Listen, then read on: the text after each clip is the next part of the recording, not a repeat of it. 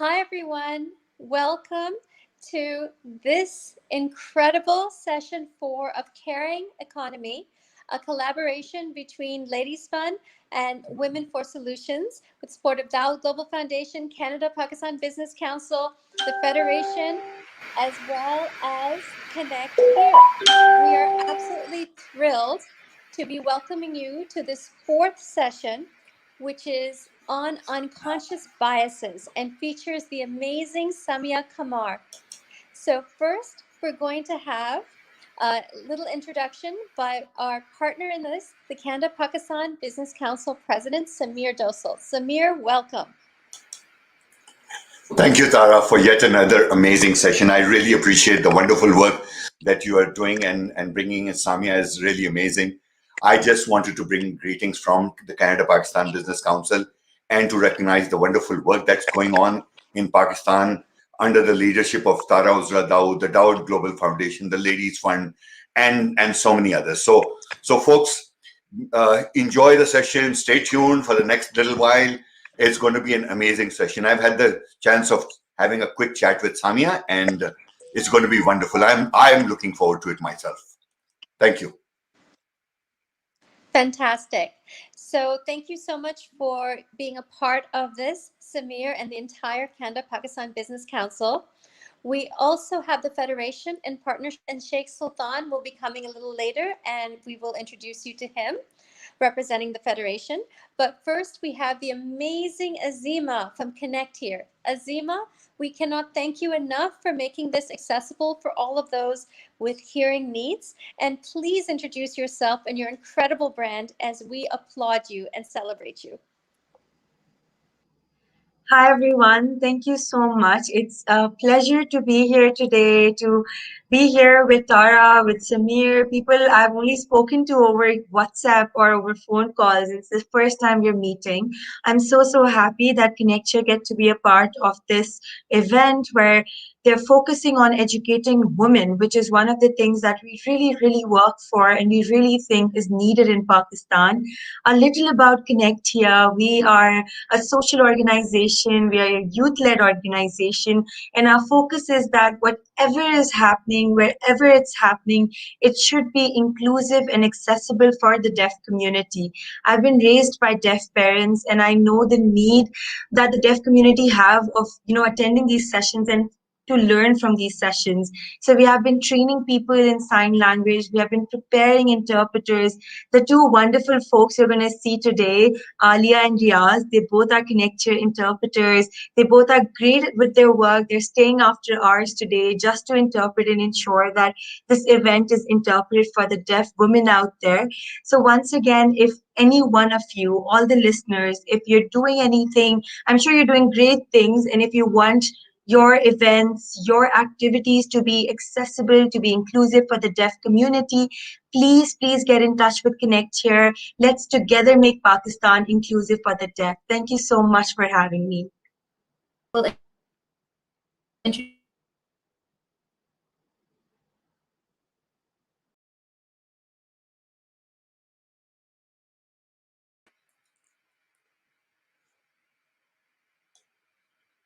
Thank you, Azima. Thank you for being there, and really appreciate that the fact.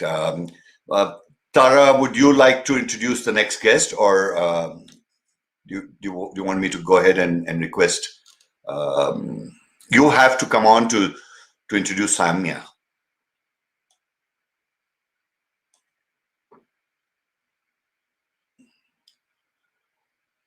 Folks, a little bit of a technical glitch here.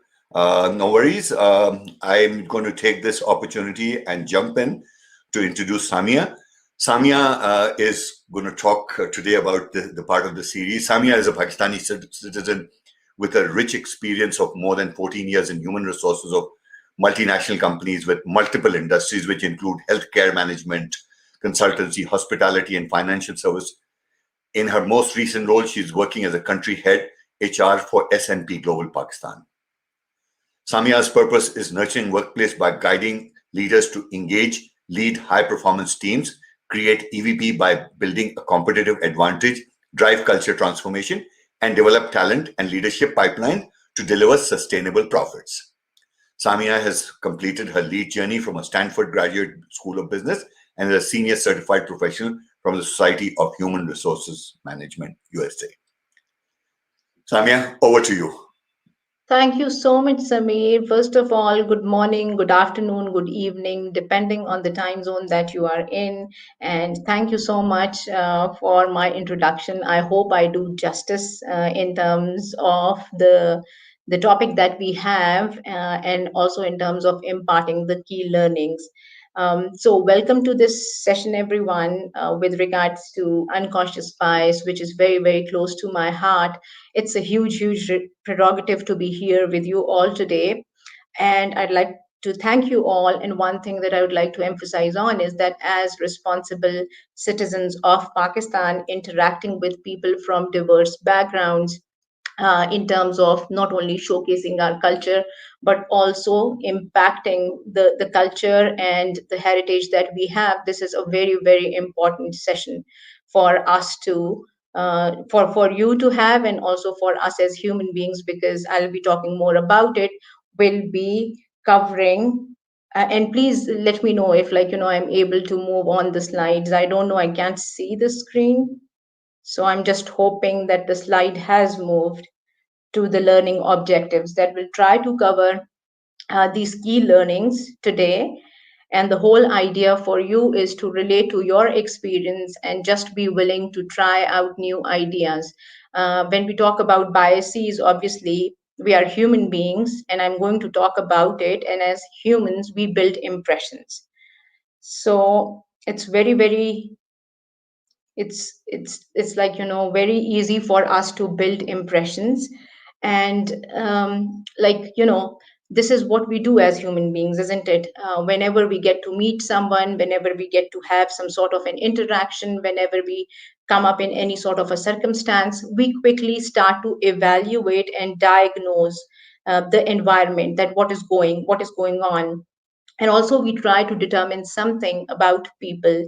And usually, like, we don't even have time to follow up on facts, or whether, there is some evidence around it, but it's just the determination without having any validation whether that holds true or not true.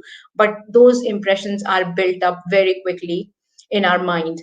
Now, I just want to emphasize that from the most forward looking professionals, there is a lot of work which is happening, there is a lot of research, and many companies are leveraging that research and applying some of the techniques within their own companies, how to sort of make more diverse workplaces, and how to inculcate inclusivity within their companies.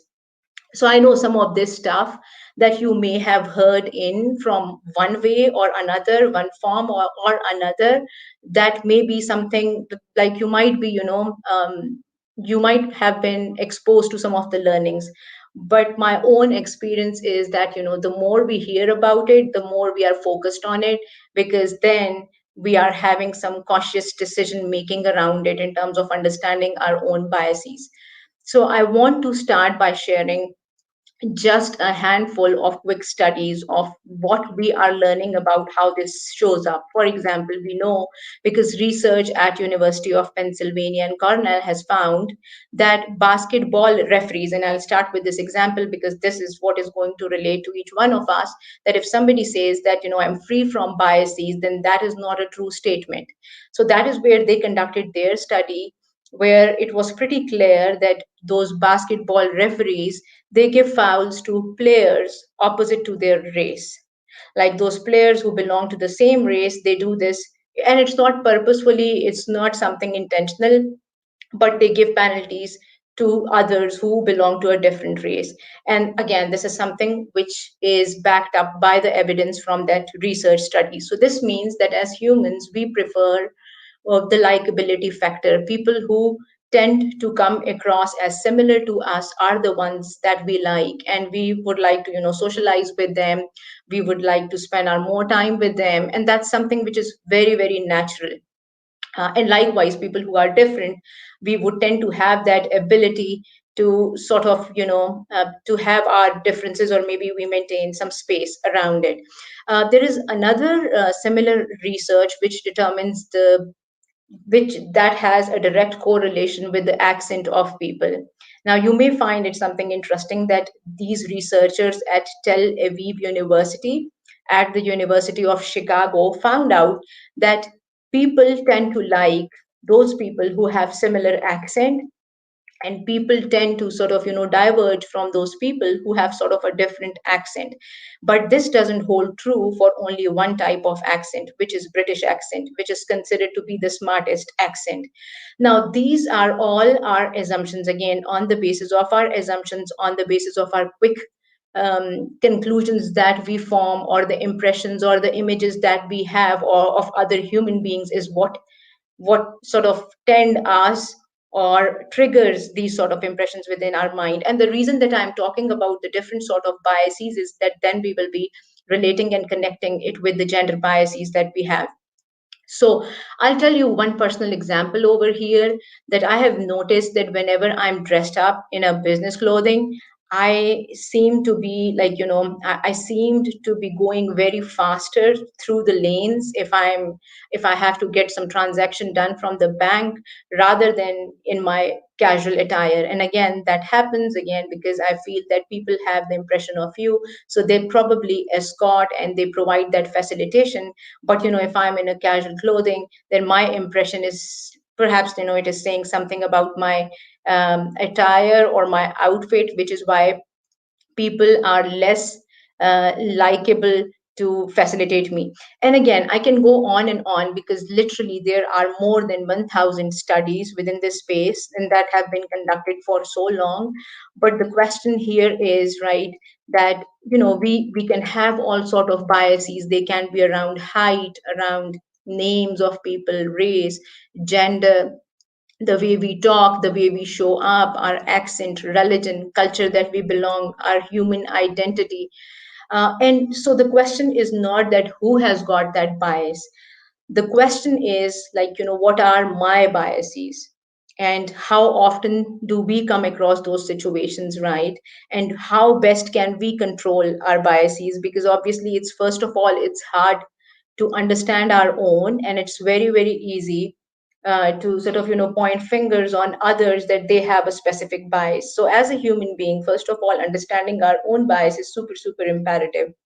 And so one thing that these diversity trainings have done is obviously educating people, but on the other hand, I will say that the downside of this training is that, people usually tend to relate it with good or the bad paradigm factor, meaning that, if people have biases, then that is something which is bad. And that's a challenge for us to take this work forward. So the very notion that we have bias challenges us to look at ourselves in ways that is very, very practical for us to equip with new techniques and with new tools and with new ways of interacting with other people who are quite different from us. So now that we understand that we have bias, obviously, and that as a natural function of the human brain, there is little that we can do about it, and it happens for a clear reason. So, what function does bias serve? Anybody who can answer, like, why, if I ask you, like, how does it help us as human beings? You don't have to sort of write, but probably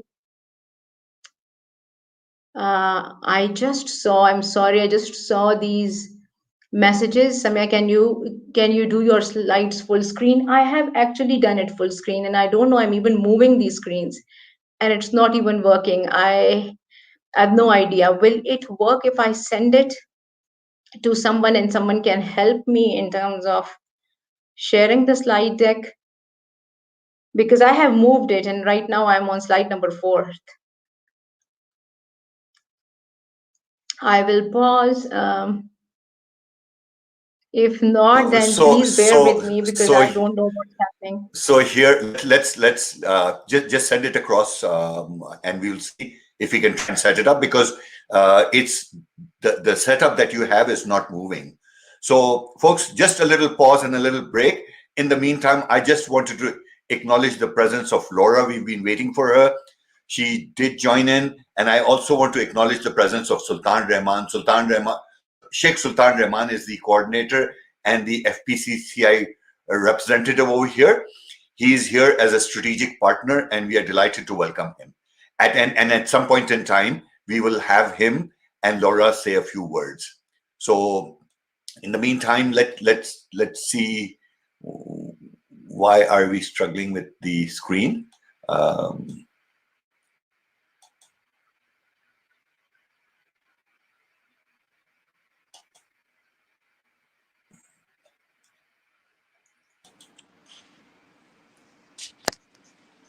Hi, Tara.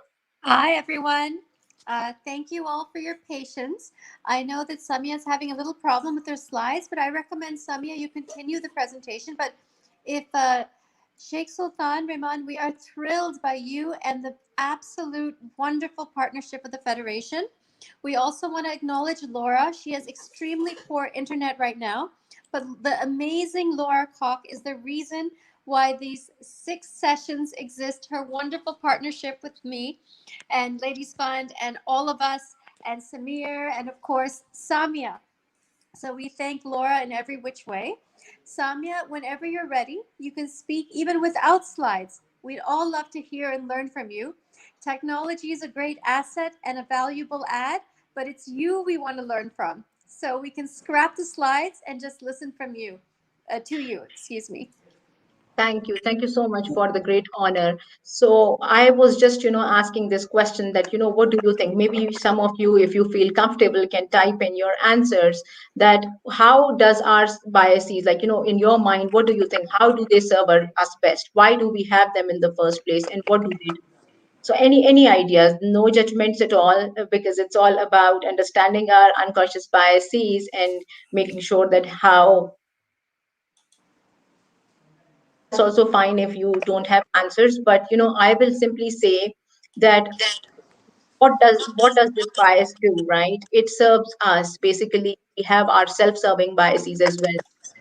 That makes us comfortable in a space is where we have our biases in the first place. Like that's the whole reason. As a human being, they are the danger detectors, and they are the ones that help us or support us whenever we come across any situation that we think is either harmful or is something that we don't want to do. As all human beings um, have built us through our life experiences, our background, we have our rules which are not written anywhere, and these are the like we have our own book of rules, and there is again nothing right or nothing wrong, but whatever has worked us on the basis of the background, culture, religion, race, ethnicity, people that we come across, people with whom we have interacted in the people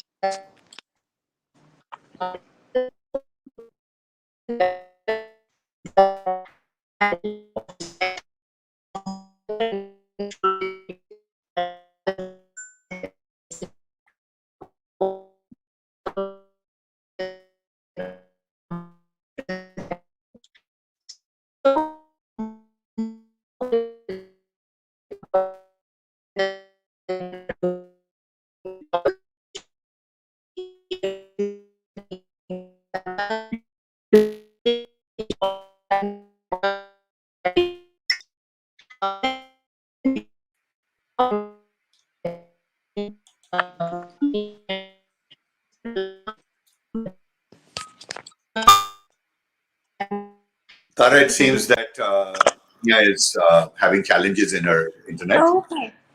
No problem at all. Samia, we recommend that you just reconnect. This happens all the time. We're used to these things. And in the meanwhile, in the comment section, if everyone can just talk for a couple minutes about their unconscious biases. We're already getting comments coming. Samir, if you can help read some of them or make them prominent. Have you ever felt a bias that you didn't even know was a bias till later? Why don't you just point it out in the comment section while Samia reboots and comes back on, and we can welcome her.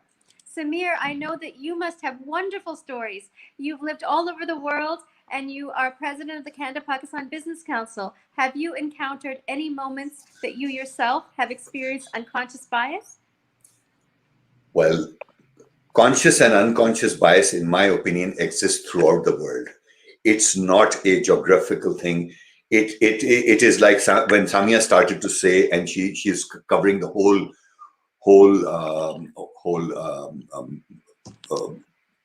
chart of things and where it comes from. So it's a big challenge everywhere.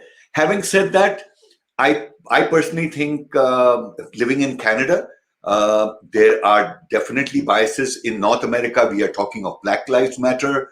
Down south to us is major issues going on.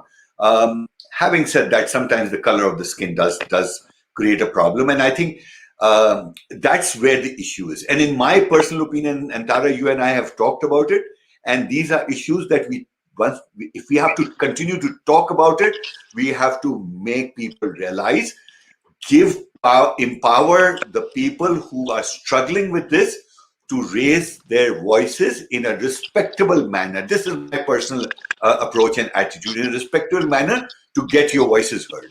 So this is the way I see life over here. So it's very powerful what you shared. I myself have experienced unconscious biases, both from others as well as from myself. Sometimes it can even be what I can accomplish, whether as a woman, and there's no barriers, but sometimes we ourselves can wonder, especially if you're trailblazing, and also when you're young. I know that sometimes people feel that when they're young, they may not be able to achieve certain things.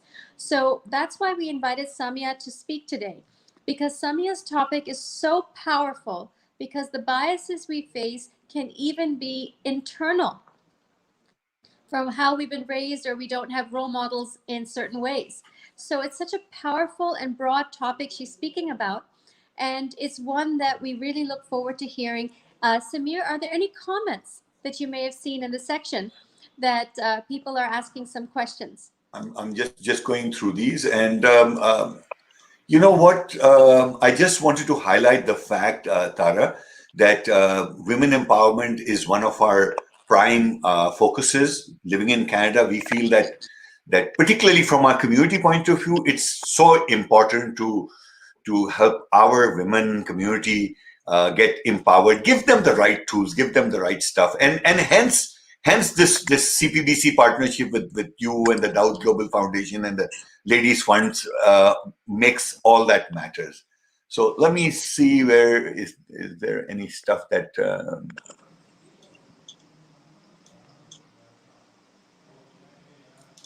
there isn't much. So continue to share, Tara. Continue to share with us the journey as a young girl you started. I've personally seen you, so it's not for me. I want people to hear about. I know your dad and everybody, but that's besides the point. You are here for me as far as CPBC is concerned. You are an amazing leader, a champion, and activist for doing some amazing things and bringing things in the forefront, and that's what it's all about. Especially sitting in Pakistan, you have, and we all have our challenges. Women do have a lot more challenges in Pakistan, but things are moving, and we all collectively need to make that effort. So that's a very important approach you have, Samir, because I know that throughout my life journey, there has been so many moments where people have told me things are impossible.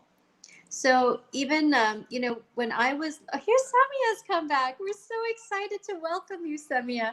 I know your journey is going to be even more interesting than hearing about mine, but we hope we can hear you better now. Samia, have you got your audio? Okay, so Actually, not.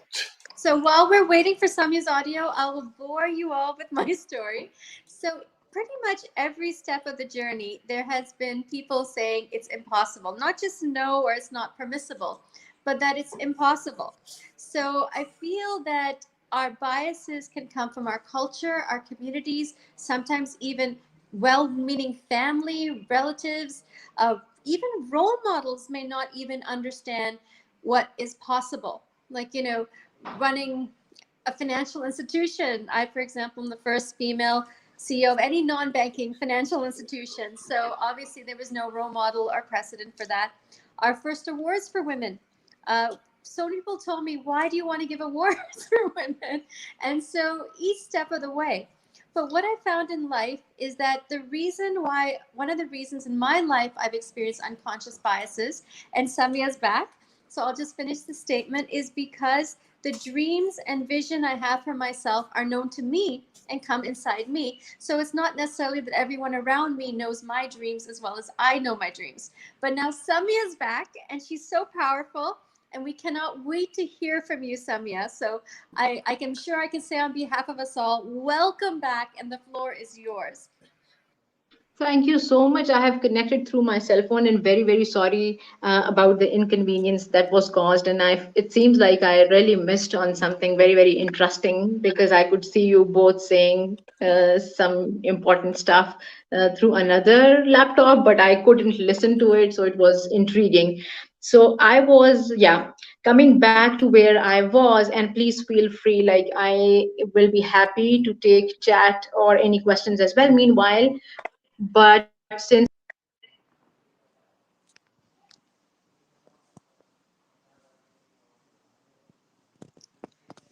Okay, great. So, Samir, why don't you join me?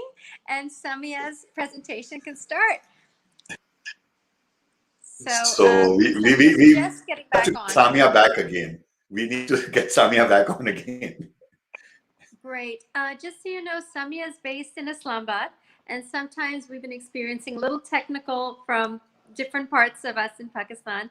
That's why Samir is always rescuing the day from. There, Here is Samya back. folks, people know I love to talk, but it's not my domain to talk. But I'm so glad to see Samia back. Samia, the floor is yours. This okay. session is yours. So go ahead. All right. So again, very, very sorry about it. So a couple of things that I wanted to share with this group is that we all have our lens, and without even knowing what sort of lens we are wearing, we are looking at the world with those lens. We don't know whether the color is blue, whether the color is gray, orange, but that is like by default ever since we were born, and then we were raised, and the type of interactions that we have had, our parents, our background, the school that we attended, our social network, people with whom we sort of we love to meet, our friends, our relatives, our cultural festivals that we participate in or celebrate, our religion, everything as has got a huge role to shape the lens that we have. It's also called, there is a concept which is known as schema. So basically it means that sometimes what happens is that while the things are right there in front of us, we are not able to spot certain things. So whenever we are getting to have that chance of meeting together, there is like there is a factor which we call, where people say that, okay, I wasn't able to see that, whereas someone else will say, okay, I was able to see that. And why this happens is just because our ability and our preferences that help us to see certain things, whereas those appear to be a blind spot for other people or other participants within the same room. And it's again absolutely nothing to do with our inability. It's basically how we are wired, or the frameworks that we have built as part of that schema. So I know it's like completely different, but those opinions, again, the schema or the lens that we have, that shapes our world.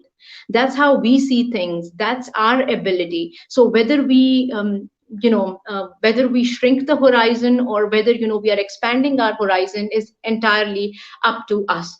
Now I'll talk a little bit about the gender thing. I'm sure many of you belong to Pakistan. Pakistan as a country has come a long way after making baby steps to help women progress, and this is where Tara is doing an amazing job, a phenomenal job, for making sure that all the enabling factors are there for women to progress. So nonetheless, some of the expectations are bedded as part of the culture and as part of the society from women as well as men. So gender roles are not something which is either in my control or somebody else's control. It's in the control of the society due to patriarchy, where men are associated with being breadwinners and women are associated with being caregivers. They are supposed to be the ones who have to take care of their families.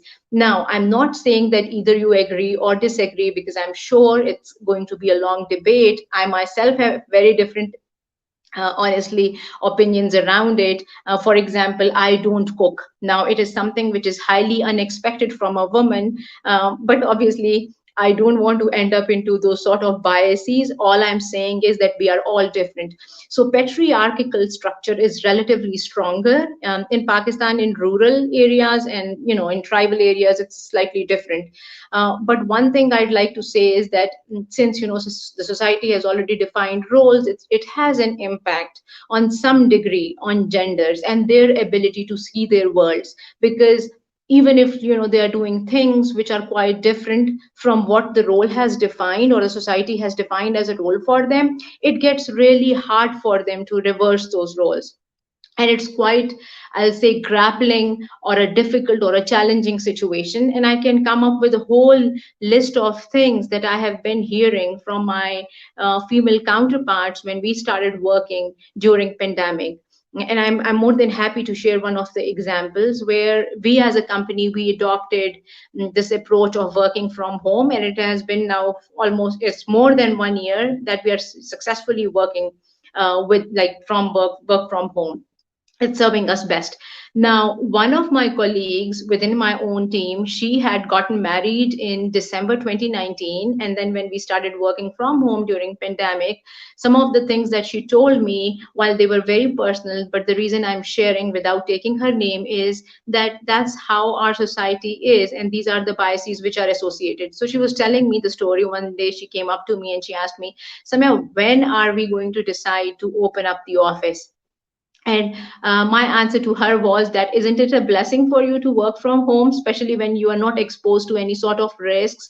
And we want to provide wellness and care to our people. And her answer was that her mother-in-law primarily believes that when she was sitting in the room and she was attending to all these virtual meetings, and she would not come out of her room, so the image or the impression that she started sharing, obviously with other relatives within the family, was that probably she doesn't want to mingle with us and she's shying away from taking care of the home chores. Now, it may be a very different, at least it was a very different sort of an experience or a comment, because I have never expected this from my mother-in-law. My mother-in-law herself was a working woman, and she's very, very much supportive, and she doesn't, like, I have my own nuclear family system. She doesn't even stay with me. So someone like me, I mean, when I heard this, and I could imagine, I was trying to be in her shoes and trying to understand that, okay, how these unconscious biases lead to certain impressions and then leading to certain consequences for those people who are actually experiencing them. And this is one of the reasons I'll highlight. Many women find it extremely hard to manage their work-life balance or manage their work-life integration once they get married or once they are embracing motherhood, which is a very vital decision in anybody's life. And it's like the national expectation is that they will be taking care of the child, whereas you all would know that these expectations are very, very different outside of Pakistan. So if I talk about some of the countries, it's a national expectation that both the spouses, husband or wife, they are equally responsible to take care of their children. Now, the gender segregation makes it quite hard for some women who may have to face certain circumstances that they are deficient in firmness due to their own communal traits. On the flip side, if they tend to remain assertive, they are labeled as strong women, as tough women, women who are not primarily interested in terms of taking care of their families. And that is something which really makes many women uncomfortable. And I have heard this from many women who have left the organizations, and I've worked in 4 different types of organizations, where for them it's really really hard to manage, these expectations, expectations at work, expectations in their personal life, expectations of their relatives. So that's obviously, that's something which puts people in a very difficult spot, especially women in Pakistan, to take care and deal with all these biases that exist around how a woman should behave, how should she sit, how should she be leading even. Like, that is also something which is defined because she belongs to underrepresented group. If she is leading companies, or if she's leading a team, the expectations are defined by others, which is unfortunate, but which is still true. And I won't say that this is only happening in Pakistan. All I'll say is that it is very subtle in other countries, but it is still prevalent, where women have to put in more effort. Now, these I actually wanted to share a slide deck, but since we cannot, I'll simply read some of the biases. Again, I'll read it out for you, so you will have a fair idea that what we keep hearing is that men are better at problem solving. Men are better at solving complex problems and complex data problems. Women are good at design and aesthetics. Men have a tendency to focus on the future. Women are scared of working outside their homes at night. Most scientists are men, and women are emotional and men are rational. Now, I don't know, probably within this group, many of you will agree to certain statements and many of you will disagree with certain statements. But I'm not here to sort of tell you which is the right statement or which is a wrong statement, because I'll tell you something, and this happens to all human beings. When we wake up in the morning, as an example, so we tell ourselves, okay, so for those people who are diet conscious, they'll say, I'll eat better, I'll eat less. And during lunch, what will happen is that seemingly or without even, intentionally, their hand will be going out towards food, and then they'll be giving themselves reasons that why it is important to have food. Now, again, I'm just trying to tell you that this sometimes happens, right? We as human beings, we tell ourselves certain stories about our beliefs, why we believe, and justifying or backing up with evidence how we feel about certain things, which is again fine, but it is important for us to understand some of the things as humans, which is prevalent with every human being. One is like inattentional blindness. Inattentional blindness, that means that we are not we are not intentionally doing something, or we are not trying to be blind. It's just that we just don't know certain things which we don't know, or we have not been exposed to certain things. That's why we don't know certain things, and all that we have seen around us is what is forming or shaping our impression of others. The second is projection. I'll be talking a little bit about projection. The third, I'll emphasize on power and empathy. And lastly, I'll be talking about subliminal. Now, these are some factors which is affecting our decisions or the way we form certain impressions. So we have learned that virtually all the things we do, whether we make decisions, whether we make strategies, behavior, performance, relationships, all of these things are fundamentally governed by emotion. Majority of times our decision making is also on the basis of our emotions, and like I said earlier, human beings finds reasons to support it with facts in terms of how we feel and how we support certain narratives or analogies. So for example, if I meet somebody, and this is important for us to know, our these same impressions or our images are not there forever. They also change, but we don't even know it. We like, in our own conscious mind, we don't know that this is happening at the back end. For example, um, I meet with someone or I conduct an interview with someone in the morning, let's say with a female, right? And I tend to find some of the attributes which are quite common or similar to me, or maybe I see my past in her, is where, I'll comfort her. I'll tell her that, okay, that's fine. If I see that she is reluctant or hesitant about the interview, I'll be providing her support that it's okay, it's just an interview.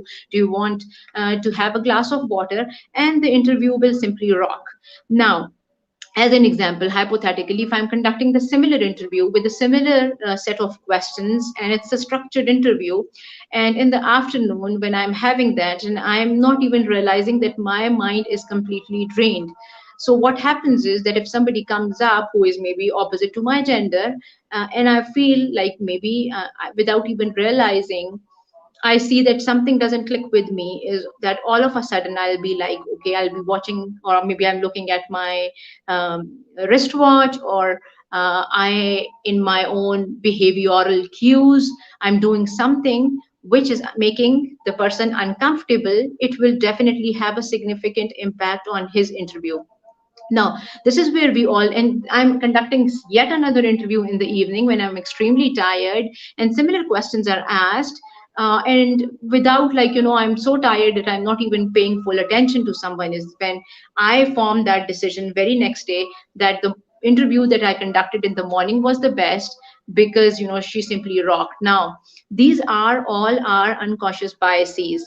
Myself as a woman, interviewing a woman who appeared similar to me, another bias, maybe comforting her, helped her.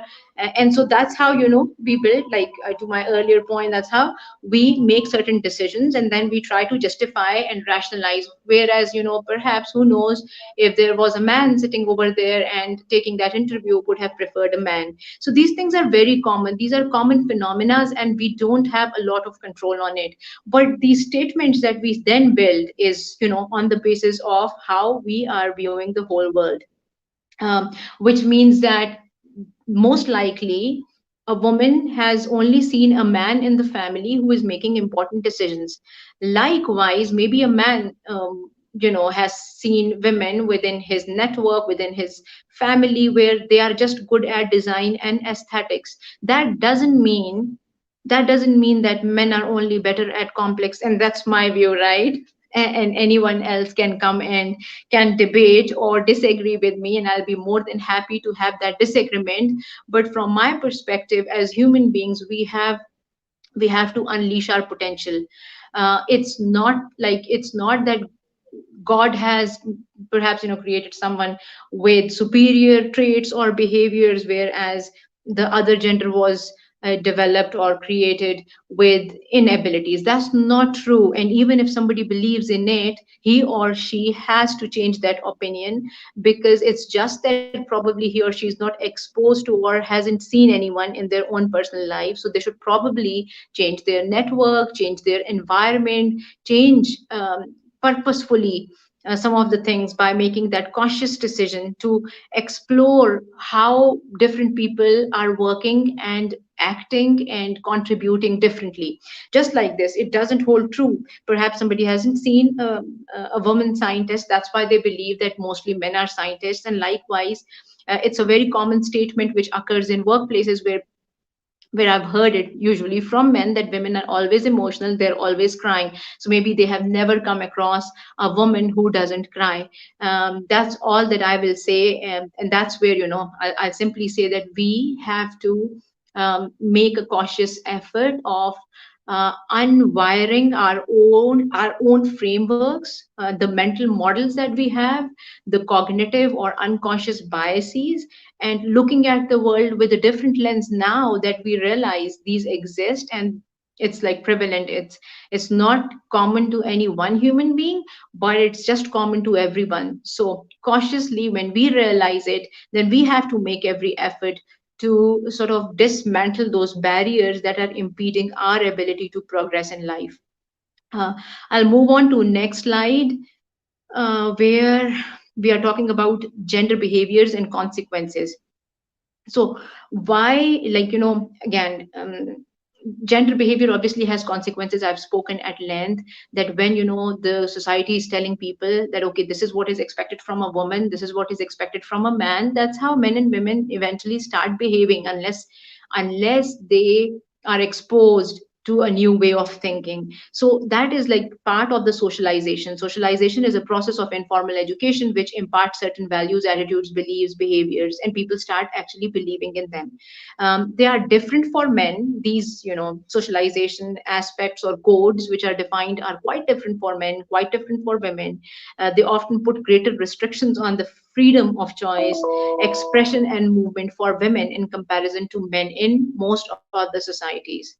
um, it's a continuous process. It happens, and there is little control with regards to socialization because it is something which is imposed by the society, to my point earlier.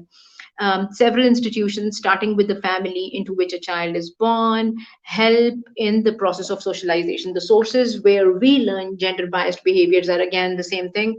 To my point earlier, family, friends, relatives, groups, religion, etc. So, the strong influence of these images in our lives that we perform the roles ascribed to us automatically unless we are strong enough to challenge the status quo and to challenge what is not seen as something for women to do or for men to do. So that's where we have to understand what we in our capacity. And now it doesn't mean that if something doesn't stick to you in terms of your values, you should simply go ahead and prove yourself to the society. That's not what I mean here. But all I'm saying is that you should not be giving up on your dreams. You should not be giving up on what you want to do in your life just because you are a woman, and just because you are being told by those people around you that you have a limited capacity or limited potential. That is something which I don't buy for myself, because all dreams can come true as long as you have a strong will, as long as you get to understand you have a great power to influence others around you. You have a great power to prove yourself if you have that potential, but not just because other things that you don't have a capacity shouldn't be the reason or the story that you are telling yourself that you cannot do certain things. So we ourselves begin to judge others. That's how this process of judgment then becomes so wired fundamentally, and I'll say socially, that it's sometimes hard for us to get out of those biases as well. So we as women also have our unconscious biases where we also say that okay, this is what is expected from a woman, and this is not what is expected from a woman, right? So we have to change it now that we realize that we all are humans. We should be unleashing our inner potential, because this life is given for once. So obviously you should not be missing out anything just because you belong to a certain gender. And this reminds me of a story. I was attending a conference, and it was where there was a trans person, and she came up on the stage and she was sharing her story, and that is where I felt like very sad, because we are still struggling and we are having our journey as women, but at the same time we are still better off when it comes to trans people. And that was the day when I realized. So the person was sharing a very nice story. It touched my heart, and she was sharing that when she was born, again society defines roles.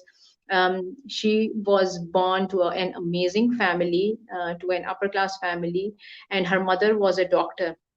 And so whenever he would, like, he had his own gait, he would walk like in a certain manner. But since she prefers to be called she, that's why I'll be very mindful. So she had her own gait, and her mother would always scold when she was a child that men don't walk like this, so you should better act like a man. Whenever she would cry, um, her mother would come up and beat her. Even she was like beaten so many times that you are acting like women, you should act like a man. Eventually when she grew up, she had the support of an NGO, and that's where she started thinking about exploring her own life. She had the financial assistance from the NGO, and that's where she landed on where she's now imparting sessions and working closely with the NGO. And she said that she has a lot of self confidence to do that. When she was on the stage for the first time, she was so shaky. Now the reason I'm sharing the story here is that society creates those inequalities. Who is good, who is better off? That's the wrong concept completely. uh, I don't think so. Any of the religion, it's not part of any of the religions, because everybody is the creature of God, regardless of whatever religion we believe in. So we have no right to degrade anyone, and that was the day when I thought about the fact that we don't have trans people in leadership positions, while we are actively still working on or thinking about having women in leadership roles within organizations. There is still a long way to work, because these are simple human things. Why would somebody want to act someone in a similar manner just because the society wants them to act in a certain manner, which is totally wrong in my view. We all have our own self identity, and that's where she preferred to have the identity of a woman, which served her best. So now I'll be moving on to another slide, and we'll be talking. And please let me know whenever my time is over, because honestly, I have a lot of things to share and would love to share, but I'm also mindful and respectful of your time. So, how would a woman or a young woman or man walk, or how should they behave when they are angry, or how, like, what's the difference between a man or a woman who is expressing pain? Again, society defines when people make certain statements. A woman is not driving well. Again, these are all unconscious biases. Oh, she's a woman, that's why she met with an accident. Oh, he's a man, he's definitely going to be a great driver. Again, this is how we internalize certain things, because that's how we have grown up, that's what we have heard, that's what we continue to hear from others and see, and eventually we also we make it our story as well. So this definitely has to change. I also wanted to talk about like gender stereotypes, while I am trying to share a lot of examples with you that what those stereotypes are. And then with these stereotypes, there are certain consequences, that, how men and women should behave differently, and how then they actually behave differently is where, there are certain consequences to those behaviors. For example, I'll just share one, and this is purely on the basis of my observation, and again, a personal story of a female who was promoted to a leadership position. And she came up to me and she told me that, Samya, it's very hard for me to lead, because in my family and in my home, what I have seen is that men are always making decisions, and they are the ones who are always leading. And no matter whether it's a small decision or a big decision, but since I have seen it, so I feel like following men, even if when I am a leader. So what should I be doing? And that was the day when I not only felt sorry for her, but I was sort of, exposed to this type of a story for a very first time. And then I reflected on my story. And so my story is completely different. While I'm born and raised in Pakistan, being the fourth daughter, my father gave so much confidence to me that my brother still tells me that, like, it's like my brother is the youngest after four sisters, and what he says is that, in Pakistan, men who are born after four sisters are treated like kings. And look at me, it seems like, this was like that was a purely a joke. Once he said, it seems like, I am a servant of four women, every time I have to, my sisters are the ones who are making decisions. And that day I thought that probably it is my family dynamics, which is why, it comes so naturally to me to be in the leadership position. And it's been like more than now almost close to 15 years that I'm working. But, honestly, it touched my heart too, because she was true in terms of what she had seen and those challenges that she had come across. But again, my only point is that while these challenges are there for women, there is no reason for women to give up on those, because eventually the story should not be told by the society that what should be working best for women, or for a man too, for that matter, because they are also told like they have to behave in certain ways. And when they are weak, or when they are crying, when they are emotional, every time they hear is that, you are a man, you have to act like a man, which is again so wrong and wired in the society. So they start behaving in that manner, and then it's like, the story that we tell, eventually we become what we tell ourselves. So yeah, we will be challenging these stereotypes. These stereotypes should be challenged by people like you, and at the same time we will try to understand what keeps them as important aspects of how we behave and react in the social context as a result of how we should be behaving. So this should again not. I was expecting to share one story, and it's the story that I took from a gender study, that there were two frogs, and I would have loved to have it. like, in the form of an activity, but I know we are short of time. I'll simply say that a story was around two frogs and they were sleeping. Suddenly, a loud noise from nearby woke them up. One of the frogs hid under the bed, while the other one picked up a stick and ran towards the door. Now, identify which of the frog is male and which one is the female. Now, I'll share just a story, quick one. When we did this exercise with our people, everybody said that the frog who took up the stick and then ran towards the door was the male. Like majority of people mentioned, right? And they mentioned that those the other frog who was sleeping was a female. And when we asked, like, what was the reason behind forming that impression, so the list goes like, because he was the male was adventurous. That's because he was aggressive, he was bold, he was courageous. um, he was impatient to fix the problem. He was authoritative. Usually, breadwinners are the ones who are taking care of families. These were the natural reactions of people. Whereas people said that the one who was weak stayed in the bed. Because she might be shy, or she might be caring, or she might be respectful of the head of the family. And these were like some of the reasons given. So I'll simply say that the frog could be either a male or a female, doesn't matter, because all these traits you cannot define or decide that there are certain traits. And there is a Harvard Business Review case study on it as well, that there are some there are some traits which are attributed to women more. Like, people say that women are usually very nurturing in their leadership style, whereas men are way too aggressive in their leadership style. These are again biases. Why I say is because these traits are pretty common in either male or female. There are males when they also exhibit similar reactions, behaviors, emotions. It's just that the way we see the world has we have formed our opinion that it's not likely. Like, even if those are prevalent, we will be telling ourselves a different story or labeling people just because on the basis of the gender, which definitely has to change. Because socialization, we are also part of that socialization. We are also contributing in one way or another to that socialization. So definitely that has to change. Now um, I will quickly talk about the fact that it would have been so nice. If there are any questions, I'm happy to take. 1 second, let me look at the. Okay, I don't see anything, so I think we are good.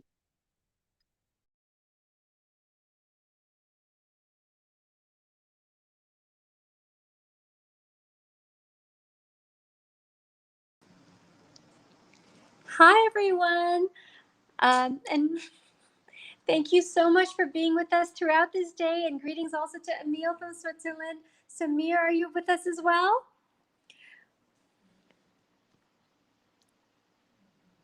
So we have been enjoying Samia's brilliant presentation. What have you been thinking of it, Samir? It's very interesting, thought provoking, and she's been sharing her experience, her professional experience, what she's felt, and some amazing examples. And I respect everything that she's saying. And we all feel our biases. We all feel, and somebody just commented, and I would like to acknowledge Ambreen Kokab's comments that sometimes some things totally can come normal to us, and it's for everybody. So I'm a firm believer that these debates have to go on, and they have to go on in a manner that uh, they have to be in a way that everybody understands each other, and it's not just women; it's all the biases of many things: ethnicity, religion, this, that, and the other. And I think we all need to make an effort on this to try and take it to the next level. And I actually, whilst listening to all these, I thought that I would like to share to people. Um, Probably you should be requesting or suggesting that folks, whoever is listening, if there are specific things we miss out now, later, and if you have any other thoughts at some point in time, please share with us. Please share and see what other topics would be of interest to you, so that we can package them together and bring it to a debate as we move forward. Wonderful. So thank you so much, Samir, for your insight. And we look forward to everyone's comments as well as their continued questions, all of which will be sent to Samia as well. And Samia is back again right now. Would you like to continue any further, Samia? Yeah, I just want to be mindful of time. How much time do we have, You have Tara? 15 more minutes if you wish. Sure, definitely. I am fully up for it. So where we were, yeah. So I just simply I'll add a couple of things here while the train of my thought totally got disconnected. That's totally fine. But couple of things. I hope I'm audible and I'm fine. You're perfect. Perfect. Just Okay. relax, get back to it, and enjoy yourself. Thank you. Thank you so much. Thank you, Tara. So, with regards to business success, I wanted to relate to it as well that we, and again, I'm saying we, because I'm a human resources professional. So, from that perspective, whenever we look at talent or we would like to hire a talent, we simply want those people who we feel is the right talent hired at the right time and can do things in the right manner. So that means that having that understanding of the difference between gender is critical or the development work. And obviously the stereotypes, obviously everybody has got their own stereotypes, should not be the reason. And one thing that we need to understand is that inequity between men and women is not on their biological differences or characteristics, but it's something which is constructed by the society with regards to the attributes that are expected of both men and women. And human brain is remarkable. The triggers that we have, or the triggers actually happen is due to the limbic fast brain reaction, and that's where we call that they are known as stereotypes. When we lose our power to focus on other things, and the part of the brain tends to lose its power completely, and on the basis of immediate images or reactions, we start forming opinions about others regardless of race, gender, ethnicity, background, experience, and the list goes on and on and on. And there are times when there are self-serving biases as well. um, I have seen self-serving biases quite often. They occur because if something serves one person or human being well, is where we have multiple reasons or rationales that why we are doing certain things the way we are doing.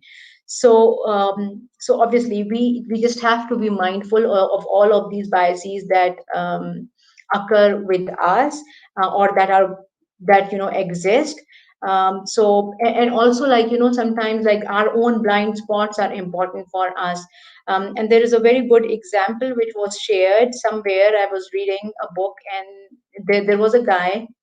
And so what he used to do was that, since he loved shoes, so every time whenever he would be in the meeting room, would always look at shoes of others instead of looking at the body language or interacting or creating that eye contact. Again, this also forms or shapes our opinions or our behavior in terms of what we are looking, what does our world look like. And when that guy would come out of the room, when his manager would ask something, he would be like, since because he didn't pay attention to other things, he would not know much of the information, but rather he would only know, like, who is wearing what shoes, since he was a lover of shoes, I'll say. So that's where I just want to emphasize on this fact as well, that regardless of the gender that we have, eventually if we are working somewhere, we are contributing to our household activities, no matter what we are doing, we should, now that we know and we realize our own biases, we should challenge ourselves in terms of what needs to change.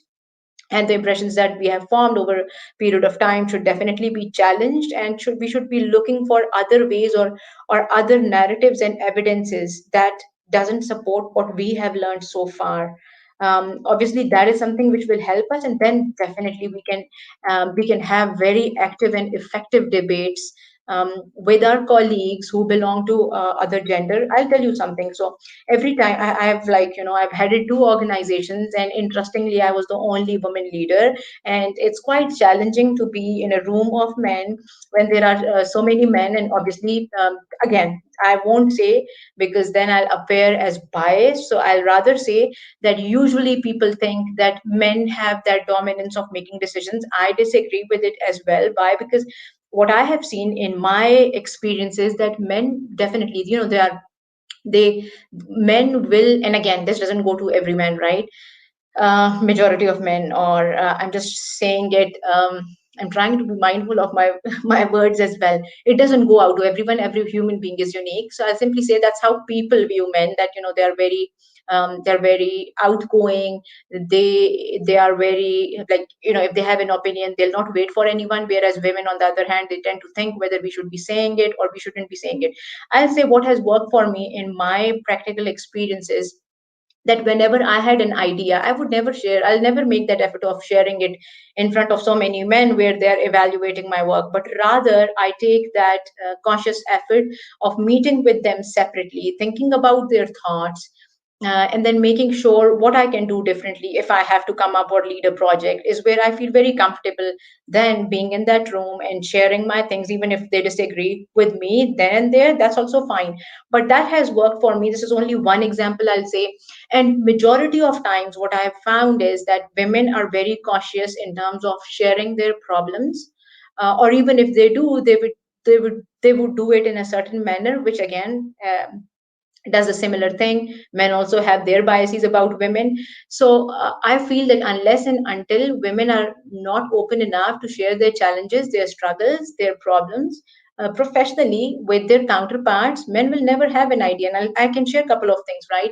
So since, because I'm a woman, so it's easy for women to reach out and share their even personal stories, what's happening in their homes, right? What's happening, let's say if somebody's embracing motherhood, what are the challenges, what is the medical condition. It's hard for them to go and share it with their male managers. And what I continue to educate them on is that as long as you are not sharing it, you will not get the necessary support that you need. And there was a time, by the way, there was a time when a male manager did not know, and this woman was not performing and she was shy about sharing her experience. What eventually happened was that the male manager felt that there is deterioration in the performance and he wanted to fix that problem, is where the lady reached out to me, she told me. And then I sort of became the facilitator, or the intermediary person to sort of to fix that problem, that it's not about performance, it's about the medical condition, and we definitely need to give some time. And that is where then I started educating all women that you should be sharing, you should have that courage. Even if you are not comfortable, that's totally fine. You should find your own ways, in terms of how best you can be comfortable. If you need support, you need to say certain things. You should not be waiting for others to help you support. Again, women should support other women, because obviously every woman will rise if they are creating that network, and if they are helping others, that's the best way. And at the same time, you also have that responsibility of supporting other women, but then you should not simply be just waiting for someone to come and to help you or to make it easy for you, because eventually it's your own journey. Nobody can help you with your journey, if you are not determined to have that. And obviously there will be obstacles, just like for any other human being. It's just how you are viewing those obstacles, or what you are thinking about it. So that's all I'll say. I can go on and on, but yeah, I'm just trying to be respectful of the time, and I'll end my conversation by saying that the question should be that what are we doing to contribute to that change, and that what can we do to invite having these conversations now that we are more aware. And that you may feel sometimes that it's very hard, or you are beating your head against the wall, but then trying should never stop. So having that conversation, even if you are making baby steps, if you are helping other women, if you are sharing their stories and helping them and supporting them, is how this country will obviously progress. And if this all, it's an ecosystem. So it's not just that you are just helping women for the sake of women. It is important for the society, it is important for the organizations. There is a whole, there is a big study on it that says, when women lead firms, what is it, when women lead, firms succeed, I believe that's it. And then there is another argument around it as well, that when women are progressing, it has a direct correlation with the improvement in the economy, and in the economic landscape of the country. Organizations also thrive. So with that in mind, you should also never limit your potential if you are a woman, and you should never limit your potential just because you are a woman. At the same time, you should also understand challenges of other gender while yours are there and perhaps unique to you. But then it's a life journey. You should understand even the struggles of transgender as well, and male colleagues as well, any other religion, any other ethnicity. So with that, I'll now hand this over back to Tara. And if there are any questions or comments, I'm more than happy to hear.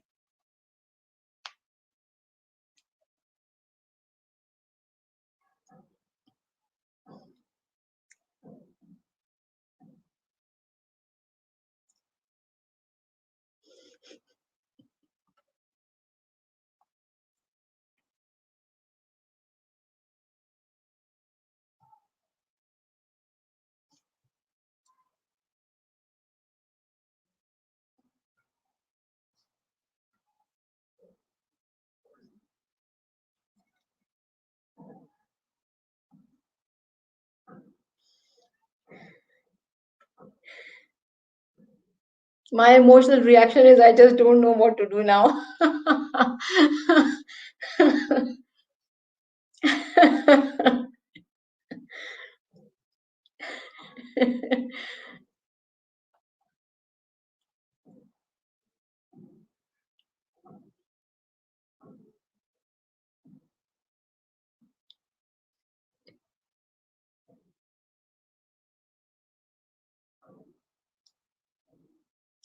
In fact, I would have loved to hear experiences of the target audience as well. Like, what has been your experience? What are your personal situations? At any point in time, I'm available through LinkedIn. So it should not just be limited to this platform. Feel free to reach out to me. I'm there on the Facebook. I am very active on the social media. If I can be of any help, if there are any personal situations where you would need my help, I'm more than happy to support you. And again, I cannot give you advices. All I can do is simply tell you what has really worked for me, because I don't believe in advices. Every human being is different, and so their reactions are different, and the paths that we all choose for ourselves are completely different. So I can only help you identify certain things for you, but then eventually it's your own life journey.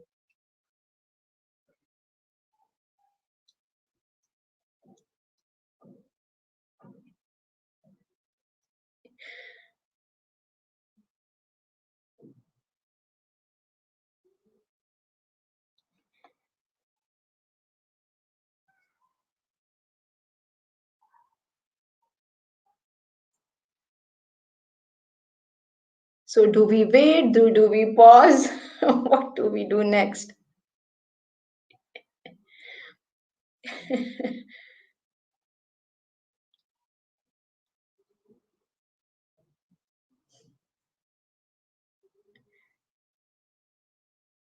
And I can also share my story. So when I started off, I always told myself that, I was a victim to so many things, and, this was not a fair life. I was treated very, very differently because I was a woman. When I entered the workforce only was when, my these thoughts completely changed, because I was too pampered in my personal life by my family members.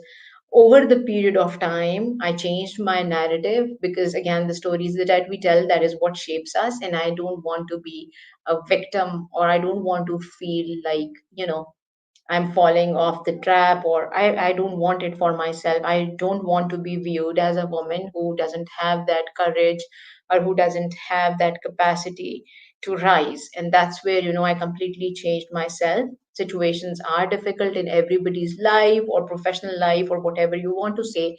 But then that doesn't mean that we should feel always that we are victimized. We should definitely have the ability to challenge the stereotypes that are built for us, and we should challenge the status quo. That is what is going to make us a better human being.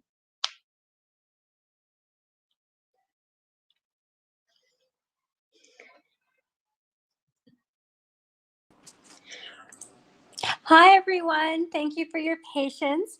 I'm not controlling the technical aspect today, so I was trapped backstage and wasn't able to end the call or to come to you guys for your goodbyes. But now I'm allowed back on the stage, so thank you all.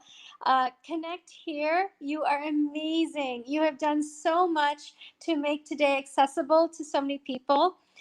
We have to thank Samir and the Canada Pakistan Business Council for making today so incredible and handling all the tech and keeping us going wherever and however it ended up happening. We have special big thanks to our partners, both the Federation and our main master partner, Laura Cox, and the incredible Women for Solutions. And there would be no today if it wasn't for Samia Kamar, our major rock star, who has given a presentation that's truly unforgettable and has one of the amazing ability to treat us all to an insight into this important topic. Azima also asked for us to especially mention that she's doing sign language classes throughout Ramzan through Connect Here. And if anyone would like to take them, to please contact them. But Samia, you have enlightened us so deeply. We have one question also. If you could share the name of your book and where people can buy it, it would be wonderful if you could learn that. Sure, Tara, but yeah, I'm up for it, but I don't have a book for now. Like I am in the phases of writing it. Okay, well, Yeah, people once are it will already be, I asking will. about your book, so it's about time you come up with one because you're greatly in demand. We have several Thank you. questions. We have incredible, I think it says the name of the book. It's from Sabine Heather. Can you share the book name, Samia? So, Yeah, it's not like the title is not yet there. It is in works. For now, okay. it's in works. And Samia, if you could also share one thing you'd want everyone to take away as their main key takeaway for today's session.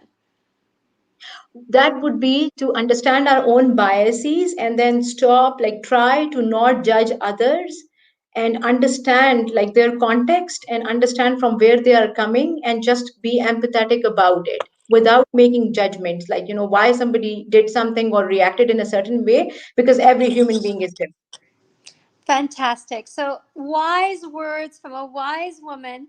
And we at Ladies Fund cannot help but thank all our partners and especially today's incredible keynote, Samia Kamer, for being here with us today. And we're being flooded with more and more questions. And many people are also thanking Connect Here for the interpretation. So, people will continue to send those across to Samia, as well as give you today's Women for Solutions survey. Remember, when you complete all 6 after watching all 6 of these Facebook Lives, which are permanently available, you will be globally certified by Women for Solutions and Ladies Fund. Thank you once again, and Samir, of course, for everything. Thank you. Bye, everyone. Thank you so much, Tara. Thanks for the wonderful prerogative. Take care of yourself. Stay blessed. Bye bye. Thank you. All the best. Wonderful. Till we meet again next time. Bye. Bye bye.